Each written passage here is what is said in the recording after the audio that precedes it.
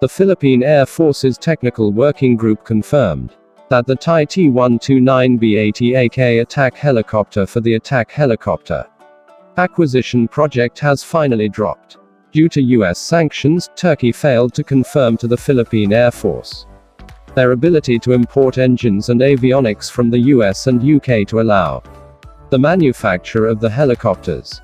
MaxDefense mentioned few weeks ago that Philippines Air Force imposed a deadline just like Pakistan to TAI, and the deadline, most likely, came to pass. MaxDefense Philippines said, and I quote, "The PAFTWG has selected an American helicopter to replace it after a re-evaluation was made. Take note that there are 3 American helicopter models that are being offered to the Philippine Air Force, but we'll not disclose yet the selected model," end of quote. MaxDefense reported that some officials in the Department of National Defense is resisting, which lead to suspicions Philippine Air Force is the end user and will select from the 3 US model. Will the US government push the DND to drop Thai T-129B-80AK helicopter? MaxDefense also pointed out, and I quote, "The DND has confirmed that it's still hanging on to getting the Thai T-12980AK attack helicopters from Turkey, and is asking the Turkish government for guarantees that it can export the helicopter to the Philippines." This is despite the Philippine Air Force's TWG already deciding to drop the T-129B-80AK in favor of one of the 3 American helicopter models offered to the DND and PAF. MaxDefense has evidence and info from sources involved in the project to support this.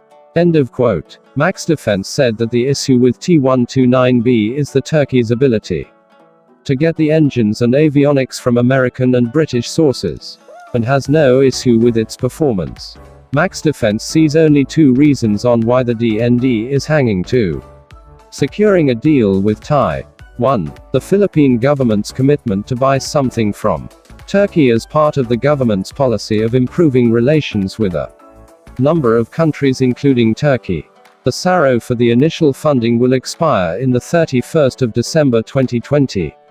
And can't be extended anymore since it was supposed to expire last 2019. 2. MaxDefense learned several months ago that the same people involved in the mess on the frigate deal and several mess in the AFP modernization are the same people backing up the T-129B to be the PAF's next attack helicopter. The news reports made few weeks ago on Turkey's development of an indigenous engine was misleading. In the report, Turkey will have a new engine for the T-129B by 2021. The development of engine takes years and not a simple process. While MaxDefense reported that testing might start this year or next year, it would still need more than a year of process to make sure adjustments are made to meet its optimum performance. Another problem that may come is the type certification, which may take more than a year. Thai need to get a certification from international aviation bodies for the T-129B new indigenous engine. MaxDefense reported that previously the T-129B was type certified with the US-UK LHTEC engine only. The Philippine Air Force's NC-212I experienced delay due to type certification for the new autopilot system. The previous model's autopilot system used was not available. It took the company 2 years to get certification. With all the process, the T-129B with new indigenous engine will only be ready for serial production by 2024. This means the Philippine Air Force won't be getting their attack helicopter, which was set to be by late 2021.